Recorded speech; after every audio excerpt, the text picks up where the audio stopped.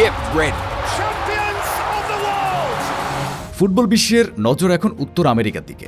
ইতিমধ্যে উত্তেজনার তুঙ্গে পৌঁছানো 2026 সালের ফিফা বিশ্বকাপের আর মাত্র মাস 6 বাকি। এবারের বিশ্বকাপ শুধু একটি টুর্নামেন্ট নয়, এটি ফুটবলের ইতিহাসে এক নতুন অধ্যায়ের সূচনা হতে যাচ্ছে।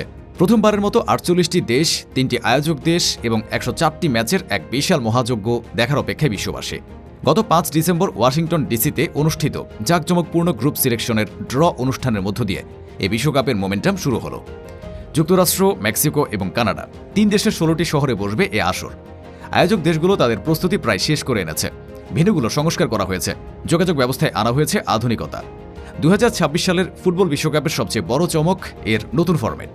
32 দলের চিরাচরিত প্রথা ভেঙে এবার 48টি দল অংশ নিচ্ছে। দলগুলোকে 12টি গ্রুপে ভাগ করা হয়েছে, যেখানে প্রতিটি গ্রুপে থাকছে যথারীতি 4টি দল। প্রতি গ্রুপের শীর্ষ 2টি দল এবং সেরা 8টি তৃতীয় স্থান অর্জনকারী দল উঠবে রাউন্ড অফ 32-এ।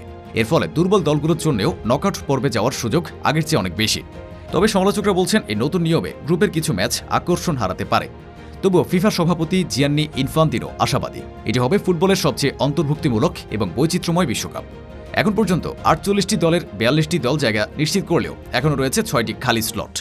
2026 সালের মার্চে ইন্টারকন্টিনেন্টাল প্লে অফ থেকে এই অবশিষ্ট টিম সিলেক্ট করা হবে। ইউরোপীয় বাছাই পর্ব চলবে ম্যাচ পর্যন্ত।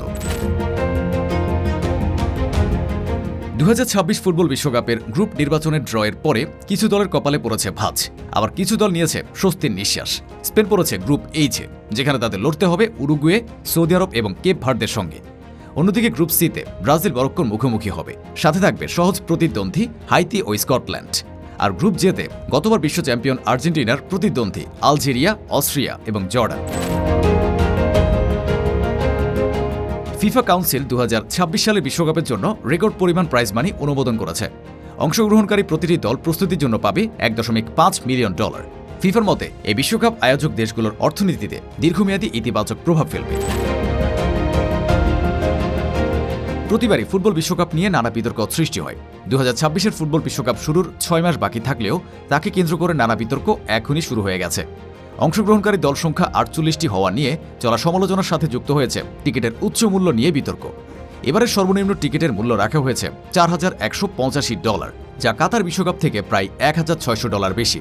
এ নিয়ে তীব্র বিতর্কের মুখে অবশ্য ফিফা প্রতি ম্যাচের জন্য প্রায় 1000 করে অতি স্বল্প মূল্যের টিকিট ছেড়েছে, যা প্রতিদ্বন্দ্বিতাকারী দলের বোর্ডকে দেওয়া হবে। তবে টুর্নামেন্টের টিকিট ফি নিয়ে বিতর্ক থাকলেও ইতিমধ্যে 20 লাখের বেশি টিকিট বিক্রি হয়ে গেছে, যা দর্শকদের তুমুল আগ্রহের প্রমাণ দেয়। 2026 বিশ্বকাপ শুধু একটি খেলা নয়, এটি হতে যাচ্ছে সংস্কৃতি, আবেগ এবং বন্ধুত্বের এক বিশাল মিলন মেলা। 48টি দেশের পতাকা, হাজার তারকার পদচারণা এবং কোটি কোটি ভক্তের উল্লাসে মেতে উঠবে উত্তর আমেরিকা। ফুটবল আবারও প্রমাণ করবে কেন একে বলা হয় the greatest show on earth. এখন শুধু কিক অফের অপেক্ষা।